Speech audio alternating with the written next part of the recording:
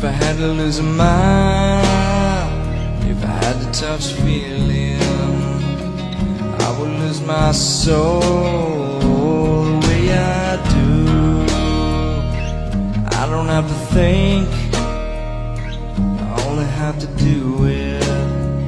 The results are always perfect, but that's old news. Would you like to hear my voice, sprinkled with emotion?